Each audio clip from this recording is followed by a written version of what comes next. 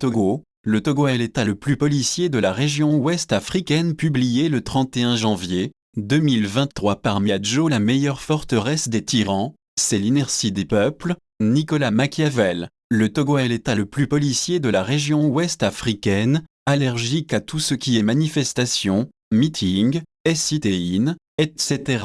C'est aussi l'un des systèmes les plus verrouillés sur le continent. Pour cause, le pays est tenu d'un gant de velours depuis près de 60 ans par une seule famille, les Gnassingbé, le père et le fils qui, à ce jour, n'ont offert aucune possibilité d'ouverture démocratique au Togo. Ébranlé par l'ampleur des vagues de manifestations à travers tout le pays lors de la crise socio-politique de 2017, le régime a juré qu'il ne se ferait plus surprendre. Le pouvoir va donc imposer durement un tour de vis sur l'espace civique. Depuis mars 2020, sous prétexte de la crise sanitaire liée à la pandémie de Covid-19 et les menaces sécuritaires à l'extrême nord du pays, le régime va restreindre drastiquement les libertés fondamentales. L'organisation des manifestations publiques pacifiques, notamment les marches de protestation ou de revendication, des meetings, a été systématiquement interdite à travers tout le pays, au mépris de la Constitution et des lois en vigueur. La grave entorse à la liberté d'expression et de réunion pacifique va durer plus de 2 ans.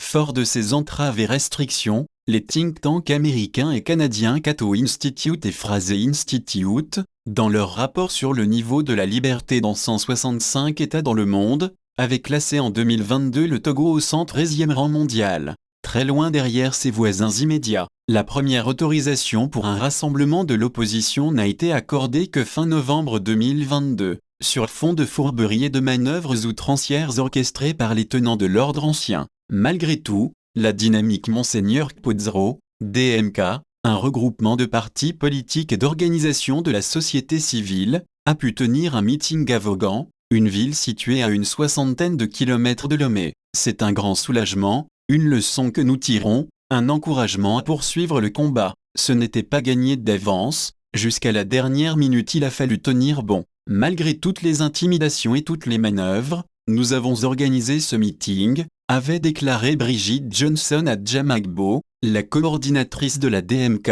Le 14 janvier 2023, la DMK a pu de nouveau organiser un meeting, cette fois à Lomé, pour dénoncer la gouvernance approximative de Faure Gnassingbé et la mainmise de sa famille sur le pays depuis près de 6 décennies. Depuis 60 ans, ce sont des membres d'une seule famille qui gouvernent le Togo et les militants d'un seul parti, le RPT UNIR et ses satellites qui se déclarent gagnants de toutes les élections. Pour se maintenir aussi longtemps, le régime joue la carte de diviser pour régner en multipliant les partis politiques dont la mission de certains est de faire régner la confusion dans la classe politique. La justice et la violence d'État de la République sont détournées à des fins partisanes pour frapper sans discernement toute velléité de contestation dans l'administration, l'armée ou d'opposition dans la classe politique, s'insurge la DMK.